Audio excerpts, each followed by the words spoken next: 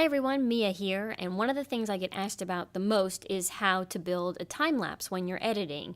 I teach a lot of GoPro classes and it's one of the most popular modes on the GoPro, so time lapse is something that I'm very familiar with. A lot of you may own the Creative Suite and have never opened Premiere Pro before, but this is a great time to do it because this is a very simple task to do in Premiere. So if you just launch Premiere and you start a new project, this is the screen that will come up. This is your workspace. It's your source monitor, your program monitor, your timeline, and over here is your panel for your project. And there's a couple of other panels up here too.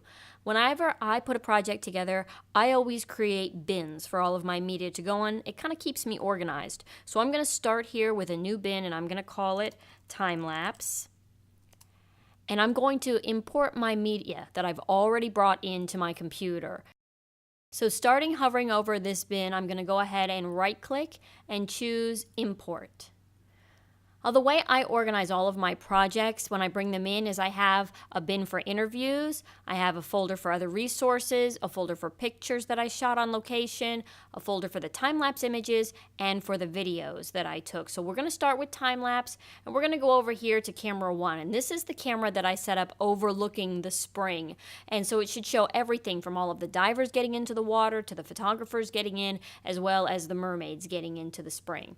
And you can see all of my images here in consecutive order, right, starting here. I shot for about 2 hours that day, so there's a couple hundred images in here. So it may seem like it would take a really long time to build a time lapse, but it doesn't. All you do is start by clicking your top image and coming down here and making sure this box is checked that says image sequence. Sometimes Premiere will recognize that it's a sequence, sometimes it won't. Just make sure that that box is checked and hit import.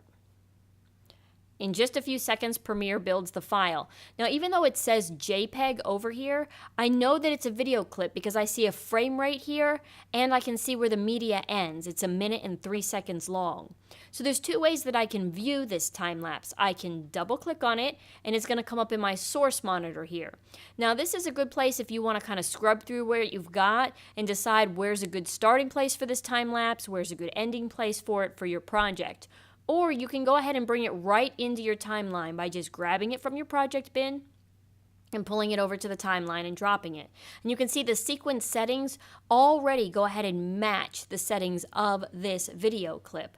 So from here, let's start right about in the middle and hit the space bar to play it. You can see this is where the divers are entering the water and they're setting up lights down there. Everybody's getting ready. You see the mermaid tail. Oh, there, it just disappeared and she brought it down. She's getting in her tail there.